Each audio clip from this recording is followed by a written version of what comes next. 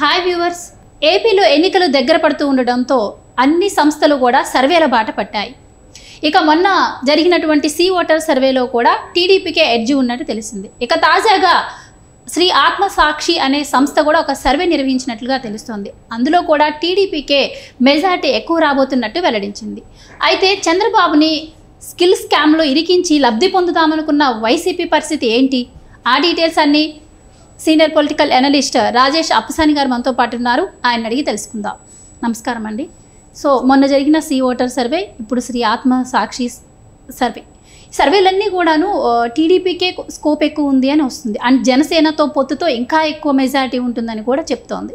So మరి స్కామ్లు ఇరికించి లబ్ధి పొందుదాం అనుకుంది వైసీపీ. మరి వైసీపీ వైనాట్ 175 అని ఇప్పుడు సీట్ల సంఖ్య తగ్గే అవకాశం ఉందని జగనే స్వయంగా ఒప్పుకున్నారు. ఇటు చూస్తే టీడీపీకి ఎడ్జ్ ఉంటుందని. సో ఎలా ఉండబోతుంది అంటారు రేపు 2024 ఎన్నికల ఫలితం? ఈ మధ్యకాలంలో రిలీజ్ అయిన చాలా సర్వేల ఫలితాలు ఒకసారి మనం పరిశీలించి చూసుకుంటే, టైమ్స్ ఆఫ్ ఇండియా వాళ్ళ సర్వే అది ఏకపక్షంగా గతంలోనూ ఇప్పుడు కూడా జగన్మోహన్ రెడ్డి గారికి 24 నుంచి 25 ఎంపీ స్థానాలు దక్కడానికి ఆస్కారం ఉంది అని చెప్పని వాళ్ళ సర్వే రిపోర్టు మనం చూసాం. అదే సందర్భంలో మనకు తెలిసింది ఏంటి అంటే, ప్రభుత్వం వైపు నుంచి దాదాపుగా 25 కోట్ల రూపాయలతోటి టైమ్స్ ఆఫ్ ఇండియా వాళ్ళతోటి ఒప్పందం చేసుకుని ఉన్నారు. ప్రభుత్వ డబ్బు, ప్రభుత్వానికి సంబంధించిన ప్రచార కార్యక్రమాల కోసం 25 కోట్ల రూపాయల లబ్ధి టైమ్స్ ఆఫ్ ఇండియా వాళ్ళకి చేకూర్చే విధంగా చేసుకున్న ఒప్పందం దృష్ట్యా అది ఆర్కెస్ట్రేటెడ్ సర్వే, జగన్మోహన్ రెడ్డి గారి కోసం అని చెప్పని వండివార్చిన సర్వే అని చెప్పని అందరికీ ప్రజలకు అర్థమైపోయింది. ఆ తర్వాత ఇండియా టుడే సర్వే, జనసేన పార్టీతోటి అలయన్స్ కాకుండానే 15 పైగా పార్లమెంటు స్థానాలు తెలుగుదేశం పార్టీకి దక్కడానికి ఆస్కారం ఉంది. ఇది ప్రతి 2 నెలలకి పరిస్థితులు, పరిణామాలు మారుతూ ఉన్నాయి. ఇంకా ఎన్నికలకు సమీపం దగ్గరికి వెళ్ళే కొంది ఈ 15-20 స్థానాలకు కూడా పెరగడానికి ఆస్కారం ఉంది. దీనికి జనసేన బలం కూడా యాడ్ అయిన పక్షంలో వీలైనంత వరకు సింగిల్ డిజిట్కి వైసీపీ పార్టీని పరిమితం చేయడానికి ఆస్కారం ఉంది అని చెప్పని కూడా ఇండియా టుడే సర్వే స్పష్టం చేసింది. తర్వాత సీ ఓటర్ సర్వే చూసాం. చంద్రబాబు నాయుడు గారి అరెస్టు జరిగిన నేపథ్యంలో ప్రజల్లో ఎటువంటి అభిప్రాయాలు వ్యక్తమవుతూ ఉన్నాయి అంటే, కాంగ్రెస్ సెక్షన్ ఆఫ్ ఓటర్స్ నుంచి ఎటువంటి అభిప్రాయాలు వ్యక్తమవుతూ ఉన్నాయి, వైసీపీ సెక్షన్ ఆఫ్ ఓటర్స్ నుంచి ఎటువంటి అభిప్రాయాలు వ్యక్తమవుతూ ఉన్నాయి, భారతీయ జనతా పార్టీ అంటే ఎన్డీఏ మిత్రపక్షాల సెక్షన్ ఆఫ్ ఓటర్స్ నుంచి ఎటువంటి అభిప్రాయాలు వ్యక్తమవుతూ ఉన్నాయి, కూలంకషంగా రాష్ట్ర ప్రజల అభిప్రాయం ఎట్లా ఉంది అనేది పర్సంటేజెస్ తోటి వాళ్ళు వివరించిన తీరు చూసినప్పుడు, తెలుగుదేశం పార్టీ వ్యక్తిగతంగా తెలుగుదేశం క్యాడర్కే చాలా ఎడ్జ్గా చూపించింది. జనసేనతోటి కనుక అలయన్స్ ఏర్పడినప్పుడు అది మరింత విస్తృతంగా మెజార్టీ దిశగా తెలుగుదేశం కూటమి అడుగులు వేస్తున్నట్టుగా ఆ సర్వే తెలియజేసింది. ఆ తర్వాత ఇప్పుడు వచ్చిన శ్రీ ఆత్మసాక్షి సర్వే చూసినప్పుడు, శ్రీ ఆత్మసాక్షి సర్వే గత సర్వే ఫలితాలు కూడా చూసినప్పుడు మొదటి నుంచి కూడా వాళ్ళు స్పష్టం చేస్తున్నది ఏంటి అంటే, తెలుగుదేశం పార్టీ వ్యక్తిగతంగా సింగిల్ లార్జెస్ట్ పార్టీగా ఎమర్జ్ అవడానికి ఆస్కారం ఉంది. అదే సందర్భంలో వైసీపీ పార్టీ కూడా బలమైన పార్టీగానే కొనసాగడానికి ఆస్కారం ఉంది, కంప్లీట్ రిటర్న్ అవడానికి ఆస్కారం లేదు. జనసేన పార్టీ గత ఫలితాల కంటే భిన్నంగా కొంచెం మెరుగైన ఫలితాలు సాధించడానికి ఆస్కారం ఉంది. అదే సందర్భంలో తెలుగుదేశం జనసేన మధ్య కనుక ఒక సఖ్యతోటి పోటీ చేసిన సందర్భంలో ఈ కూటమి స్పష్టమైన ఆధిక్యతతో అధికారంలోకి రావడానికి ఆస్కారం ఉంది. వైసీపీ పార్టీని వాళ్ళ బలం వీలైనంత వరకు తగ్గించడానికి ఆస్కారం ఉంది. ఒకవేళ పవన్ కళ్యాణ్ గారు ప్రస్తావిస్తున్నట్టుగా తెలుగుదేశం జనసేన భారతీయ జనతా పార్టీ తోటి సైజుతోటి కనుక ఎన్నికలకి వెళ్ళిన పక్షంలో అది వైసీపీ పార్టీ నెత్తిన పాలుపోసినట్టే. అంటే అధికారం నుంచి దూరం జరుగుతారు అనుకున్న దగ్గర తెలుగుదేశం జనసేన కూటమి స్పష్టంగా అధికారంలోకి వస్తారు అనుకున్న దగ్గర వీళ్ళకి భారతీయ జనతా పార్టీని కనుక తోడు చేసుకున్నప్పుడు అది అదనపు బలం అవ్వాల్సిన దగ్గర అది బలహీనతగా మారుతుంది. అది జగన్మోహన్ రెడ్డికి అడ్వాంటేజ్గా మారే పరిస్థితులు స్పష్టంగా కనిపిస్తూ ఉన్నాయి. జగన్మోహన్ రెడ్డి సింగిల్ లార్జెస్ట్ పార్టీకి ఎమర్జ్ అవడానికి ఆస్కారం ఉంది అని చెప్పని, ఒక రకంగా జగన్మోహన్ రెడ్డి గారికి ఎడ్జి రావడానికి కూడా ఆస్కారం ఉందని చెప్పని స్పష్టం చేశారు. అదే సందర్భంలో తెలుగుదేశం పార్టీ, జనసేన, కమ్యూనిస్టులతో కనుక ఒక కూటమిగా పోటీ చేసిన పక్షంలో, అంటే భారతీయ జనతా పార్టీని ఎక్స్క్లూడ్ చేసి భారతీయ జనతా పార్టీతో సైతే తీసుకు అడుగు లేకుండా భారతీయ జనతా పార్టీ స్థానంలో కమ్యూనిస్ట్ పార్టీతో కనుక అలయన్స్ తోటి పోటీ చేసిన పక్షంలో వీలైనంత తక్కువకి, అంటే దాదాపుగా 100కి 57% ఓట్లు ఈ కూటమికి పోలవడానికి ఆస్కారం ఉంది. వైసీపీ పార్టీ బలం చాలా మినిమైజ్ చేయడానికి, దాన్ని మార్జినలైజ్ చేయడానికి ఆస్కారం ఉందని చెప్పని కూడా స్పష్టం చేయడం జరిగింది. వాస్తవంగా వాళ్ళ గ్రౌండ్ రియాలిటీని స్పష్టం చేస్తూ ఉన్న సర్వేని కానీ దాన్ని పరిగణలోకి తీసుకోవాల్సి ఉంది. మనం 2019 ఎన్నికల ఫలితాలను ఒకసారి మనం పరిశీలన చూసుకుంటే ఆ రోజు ఓడిపోయి 23 స్థానాలకు పరిమితమైన తెలుగుదేశం పార్టీ సుమారుగా 39.5% ఓటు బ్యాంకు తెచ్చుకోగలిగింది. గెలిచి 151 స్థానాలతో అధికారంలోకి వచ్చిన వైసీపీ పార్టీ 51% ఓటుతోటి 151 స్థానాలు గెలుచుకోగలిగింది. కమ్యూనిస్టులు బహుజన్ సమాజ్ పార్టీ తోటి అలయన్స్ తోటి పోటీ చేసిన Janasena party 5.8% vote bank తెచ్చుకోగలిగింది. Bharatiya Janata party 0.86%కి పరిమితం అయిపోయింది. కాంగ్రెస్ పార్టీ సుమారుగా 1% వరకు కాంగ్రెస్ పార్టీ తెచ్చుకోగలిగింది. ఇటువంటి నేపథ్యంలో ఇవాళ అంటే జగన్మోహన్ రెడ్డి గారికి 11-12% ఓటు బ్యాంకు అదనంగా ఆయనకి ప్రజలు ఆ రోజు మద్దతు తెలియజేశారు.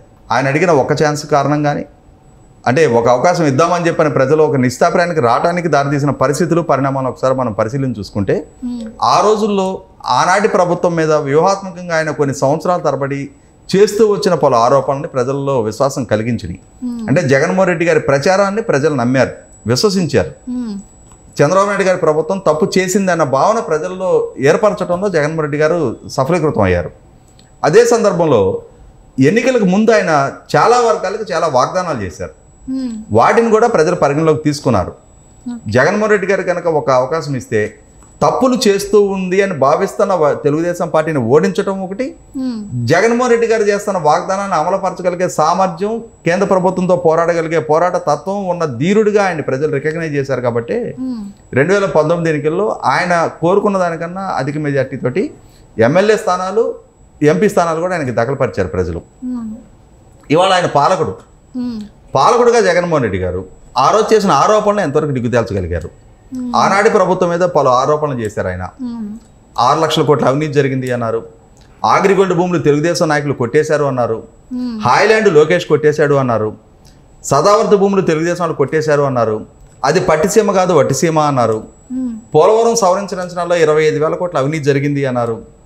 37 మంది సీఎల్ని డిఎస్పీలుగా ప్రమోట్ చేస్తే అందులో 35 మంది కమ్మ సామాజిక వర్గానికి సంబంధించిన వాళ్ళే అన్నారు. అది అమరావతి కాదు భ్రమరావతి అన్నారు. మళ్ళీ కాదు ఇది కమరావతి అన్నారు. ఇట్లా అంటే సమాజంలో కులపరమైన విద్వేషాలు పెరగడానికి కారకులయ్యారు. ఆనాటి ప్రభుత్వం మీద లక్షల కోట్ల అవినీతి జరిగినట్టుగా చిత్రీకరించడంలో, దాన్ని ప్రజల్లో ఒక చర్చనీయాంశంగా మార్చడంలో, ప్రజలను తమకు అనుకూలంగా మలుచుకోవడంలో సఫలీకృతం అయ్యారు. ఇవాళ అధికారంలోకి వచ్చిన తర్వాత ప్రజలు ఇవన్నీ గమనిస్తూ ఉంటారు కదా. ఇప్పుడు ఆ రోజు చేసిన 6 లక్షల కోట్ల అవినీతి ఇప్పుడు ఎక్కడికి పోయింది?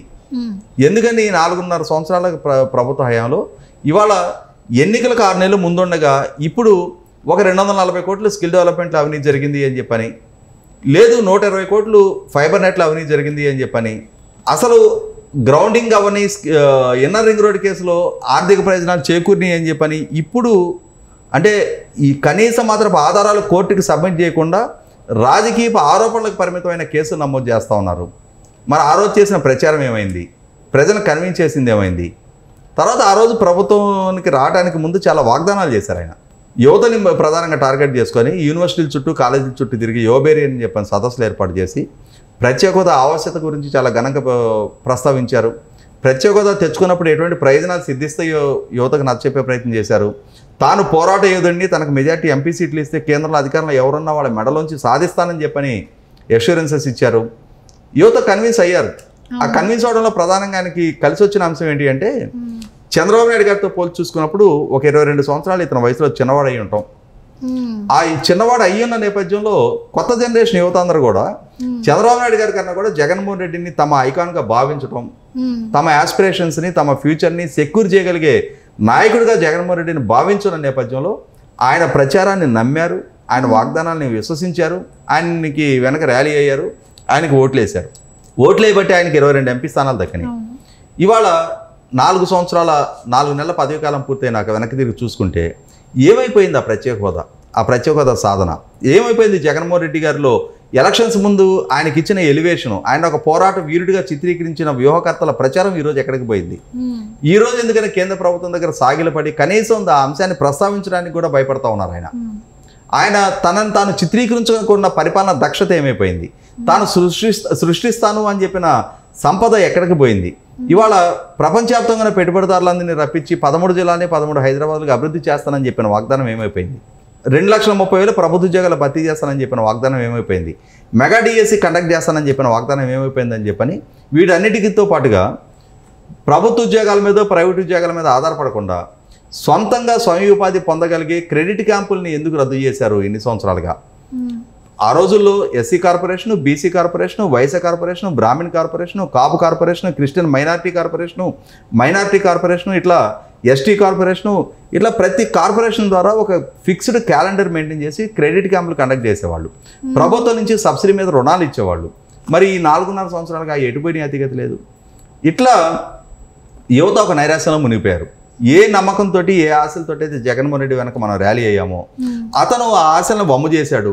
మనం కోరుకున్నా, మనం ఎక్స్పెక్ట్ చేసిన నాయకత్వం ఇది కాదు అని చెప్పని ఇవాళ యువత రిలీజ్ అయ్యి ప్రధానంగా ఆయన వెనక ర్యాలీ అయిన యువత జగన్మోహన్ రెడ్డి నుంచి డిటాచ్ అయ్యారనేది వాస్తవం. అంటే ఆయనకి అడ్వాంటేజ్గా ఉన్న 12%లో యువత కూడా ఒక ప్రధానమైన భాగం ఆ రోజు. తర్వాత మహిళల్ని టార్గెట్ చేసి మద్యపానం అనేది కుటుంబాల్లో ఆర్థికంగానూ ఆరోగ్యంగానూ చిన్నాభిన్నం చేస్తుంది, నాకు అవకాశం ఇవ్వండి నేను మద్యపాన నిషేధం చేస్తాను అన్నాడు.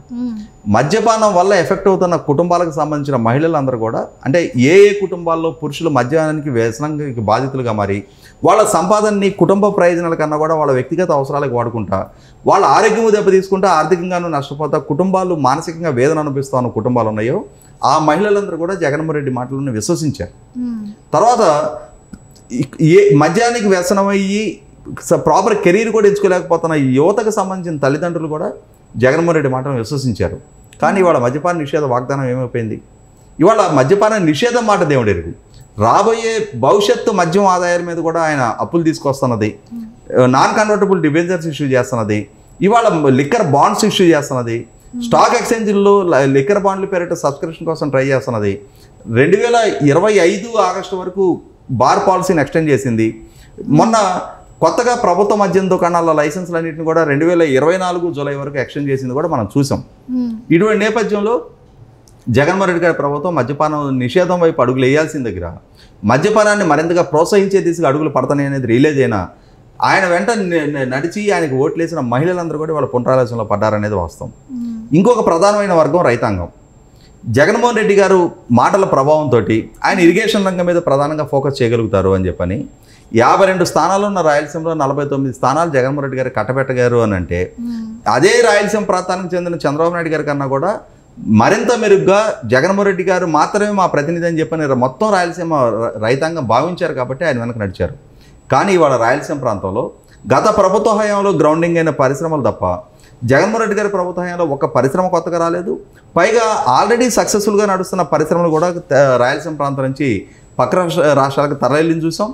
అదే సందర్భంలో ఇరిగేషన్ పరంగా 12,000 కోట్ల రూపాయలు కోర్ రాయలసీమ ప్రాంతం కోసం గత ప్రభుత్వ హయాంలో ఖర్చు పెడితే ఈయన ప్రభుత్వ హయాంలో కేవలం 2,000 కోట్లు మాత్రమే ఖర్చు పెట్టి ఎక్కడ వేసిన గొంగలు అన్నట్టుగానే, అంటే కాలం గడిచే కొద్దీ ప్రైస్ ఎస్కలేషన్స్ మారిపోతూ ఉంటాయి, అంచనాలు పెరుగుతూ ఉంటాయి, ఖర్చు పెరిగిపోతూ ఉంటుంది, బడ్జెట్ రిక్వైర్మెంట్స్ దాటి అవసరాలు పెరుగుతూ ఉంటాయి. అటువంటి నేపథ్యంలో వాటికి కూడా సిద్ధపడిపోయి ఇవి నిర్లక్ష్యంగా ప్రైస్ ఎస్కలేషన్స్ అయినా చాలేమని చెప్పని రాయలసీమ ఇరిగేషన్ ప్రాజెక్టుని నిస్తేజంగా వదిలేసిన తీరు, ఆయన సొంత నియోజకవర్గానికి నీళ్ళు అందించే గండిపేట, చిత్రావతి, సర్వరాయ సాగర్ రిజర్వాయర్లో నీళ్లున్నా కూడా అక్కడ పిల్ల కాలువల వ్యవస్థ ఏర్పాటు చేయని పర్యవసానం ఇవాళ వాళ్ళకి తల మీద ప్రాజెక్టులో నీళ్లు కనిపిస్తూ ఉన్నాయి, కానీ వాళ్ళ పొలాల్లోకి నీళ్లు బారని పరిస్థితి. ఇవన్నీ రైతాంగం గమనించుకుంటూ ఉన్నారు.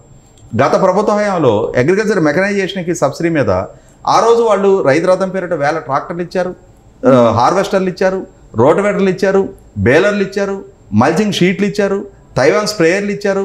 అన్నిటికన్నా ముఖ్యంగా దుర్భిక్ష రాయలసీమ ప్రాంతంలో 90% సబ్సిడీతోటి 34,000 కిలోమీటర్ల డ్రిప్ పరికరాలు ఆ ప్రభుత్వం అందిస్తే జగన్మోహన్ రెడ్డి గారి హయాంలో not even a single metre, ఈ 4 సంవత్సరాలు 4 నెలల కాలంలో 1 మీటర్ కూడా డ్రిప్ పరికరాలు ఈ ప్రభుత్వ హయాం నుంచి అందలేదు అని అంటే రైతాంగం పూర్తి నైరాశ్యంలో మునిగిపోయింది అనేది వాస్తవం. అదే సందర్భంలో 2021 ఖరీఫ్ నాటికి 2022 ఖరీఫ్ నాటికి కాంప్లెక్స్ ఎరువులు 34% నుంచి 94% వరకు, అంటే డిపెండింగ్ అపాన్ ఈచ్ బ్యాగ్, ఒక్కొక్క ప్రోడక్ట్ బ్యాగ్ అంతగా ధరలు పెరిగిపోతే దాని మీద కనీసం మాత్రం శ్రద్ధ పెట్టకపోవడం రైతాంగాన్ని నైరాశ్యంలో ముంచేసింది. ఇట్లా ఒక్కొక్క వర్గం చూసుకుంటే ప్రధానంగా నడిచిన జగన్మోహన్ రెడ్డి గారు నడిచిన ఇంకొక వర్గం ఉద్యోగులు. మన ఉద్యోగ సంఘ నాయకుల మాటలే విన్నాం. 2018లో చంద్రబాబు నాయుడు గారి ప్రభుత్వ హయాంలో ఒక 2 డిఏలు పెండింగ్ ఉన్నాయి అనే దాన్ని సాగ్గా చూపించి ఆ రోజు నేను మెరుగైన ఫిట్మెంట్ ఇస్తా మీకు, నేను క్రమం తప్పకుండా డిఎల్ రిలీజ్ చేస్తా, మీకు సిపిఎస్ వారంలో రద్దు చేస్తా అని చెప్పని, పోలీసులకి వారంతా సెలవులు ఇస్తానని చెప్పని ఇట్లా రకరకాల వాగ్దానాలు చేసి ఉద్యోగ వర్గాల మొత్తాన్ని కూడా తనకు అనుకూలంగా మలుచుకున్నది మనం 175 నియోజకవర్గాల వ్యాప్తంగా పోస్టల్ బ్యాలెట్ల సరళ మనకు అర్థమైపోయింది. అంటే ఉద్యోగులు ప్రధానంగా ఎవరి వైపు నిలబడ్డారు అనేది మనకు స్పష్టంగా తెలిసిపోయింది. ఇటువంటి నేపథ్యంలో అదే ఉద్యోగ వర్గాలకు సంబంధించి గత ప్రభుత్వ హయాంలో 43% ఫిట్మెంట్ ఇస్తే ఈయన ప్రభుత్వ హయాంలో ఇంటర్నల్ రిలీఫ్ 27% కంటే కూడా 4% తక్కువగా 23% ఫిట్మెంట్ ఖరారు చేయటం. అదే సందర్భంలో 2018లో పిఆర్సీ కమిషన్ అపాయింట్ చేసి 2019లో దాన్ని అమలుపరచాల్సి ఉంటే దాన్ని 2022లో అమలుపరిచి ఆ 2022 వరకు 2019 నుంచి ఇవ్వాల్సిన ఏరియర్స్ కూడా ఇవ్వకుండా 2022లో డిఎల్ రిలీజ్కి సంబంధించి జీవో ఇష్యూ చేసి ఉద్యోగుల దగ్గర ఇన్కమ్ ట్యాక్స్ కట్ చేసుకొని ఈ రోజు దాకా ఆ డిఎల్ అకౌంట్లో జమ కాకపోవటం, ఈ లోపుగా అంటే 2 డిఎల్ని సాగ్గా చూపించి ఉద్యోగుల మొత్తాన్ని ఆ రోజు చంద్రబాబు నాయుడు గారి మీద బ్లేమ్ మోపి తనకు అనుకూలంగా మలుచుకున్న వాళ్ళు 2022 నాటికే 7 డిఎల్ పెండింగ్ ఉన్నాయి. 2022 నుంచి మళ్ళీ ఇప్పుడు 2023 సెప్టెంబర్ నాటికి ఇంకొక 2-3 డిఎల్ యాడ్ అయినాయి. వీటన్నిటి గురించి రాబోయే 4 సంవత్సరాల్లో అంటే భవిష్యత్తులో వచ్చే ప్రభుత్వాలు వాటిని తీరుస్తాయి అని చెప్పని తన మీద బాధ్యత లేకుండా చేసుకుంటున్న తీరు, పోలీసులకి వారాంతపు సెలవులు అనేది చేతులెత్తేసిన తీరు, సిపిఎస్ రద్దు ప్రస్తావన లేకుండా ఇవాళ జీపీఎస్ పేరిట కొత్త పెన్షన్ విధానాన్ని తీసుకొచ్చిన తీరు, ఇవన్నీ ఉద్యోగ వర్గాలన్నీ కూడా గమనించుకుంటా ఉన్నాయి. అంటే రాష్ట్రంలో ఏ ఉద్యోగి కూడా సంతృప్తికరంగా లేడనేది వాస్తవం. ఒకనాడు కుడి చేతో ఎడం చేతో మేము ఓట్లేసి గెలిపించుకున్నామని చెప్పిన ఉద్యోగ వర్గాలు రేపటి రోజున ఎటువంటి నిర్ణయం తీసుకోబోతున్నాయి అనేది ఆల్రెడీ ఇప్పటికీ ఒక స్పష్టత వచ్చిన దగ్గర ఉద్యోగులతో ఎవరితో మాట్లాడినా కూడా జగన్మోహన్ రెడ్డికి మీద మేము పెట్టుకున్న భ్రమలు తొలగిపోయి అని చెప్పిన స్పష్టంగా చెప్తున్న దగ్గర ఇట్లా మీరు ప్రధానంగా ఉన్న ఏ వర్గాలను చూసుకున్నా జగన్మోహన్ రెడ్డి వెనక నడిచిన ఇంకొక ప్రధాన వర్గం దళితులు. ఆ రోజు దళితులు జగన్మోహన్ రెడ్డి మాటల ప్రభావంలో పడ్డది వాస్తవం. కానీ ఇవాళ గత ప్రభుత్వాల హయాంలో అమలు జరిగిన ఏ సంక్షేమ పథకాన్ని ఈరోజు అమలు చేయకుండా ఆఖరికి పేదవాడు 5 రూపాయలకి పట్టేడు అన్నం తినే అన్న క్యాంటీన్తో సహా రద్దు చేసిన జగన్మోహన్ రెడ్డికి వైఖరి చూసిన తర్వాత ఇవాళ జగన్మోహన్ రెడ్డి పేదల పక్షపాతి కాదు. అతను మైకి దొరికిన ప్రతి సందర్భంలో నా మహిళలు, నా ఎస్సీలు, నా ఎస్టీలు, నా మైనారిటీలు, నా బీసీలు అని చెప్పని అంటే పెదాలపై నుంచి చెప్పడమే తప్ప హృదయాంతరాల్లో అతనికి ఆ వర్గాల మీద ప్రేమ లేదు, ఆ వర్గాల సంక్షేమం కోసం కానీ రాష్ట్ర సర్వతోముఖాభివృద్ధి కానీ అతను కృషి చేయటం లేదు. అతని హయాంలో రాష్ట్రం వెనకబడిపోయిందని చెప్పిన భావనలోకి వచ్చిన ప్రజలు ఇప్పటికే ఒక నిశ్చాప్రాయానికి వచ్చేసిన దగ్గర వాళ్ళ శ్రేణులు మొత్తం ప్రకృతి వనరులు దోచుకుంటున్నా, శాంతి భద్రతలు కొరబడుతున్నా, ఇవాళ రైతు ఆత్మహత్యలో దేశంలో 3వ స్థానంలో నిలిచిన, మహిళల గౌరవానికి భంగం కలుగుతున్న కేసులో దేశంలో మొదటి స్థానంలో నిలిచిన, ఇవాళ రాష్ట్రం నుంచి ఉమెన్ ట్రాఫికింగ్ జరుగుతున్న తీరు కానీ అదే సందర్భంలో గంజాయి దేశం మొత్తానికి ఎక్స్పోర్ట్ అవుతున్న తీరు కానీ ఇవన్నీ చూసిన తర్వాత ఒక అసమర్థ పాలకుడిగా జగన్మోహన్ రెడ్డి గారు ఎస్టాబ్లిష్ అవుతున్న నేపథ్యంలో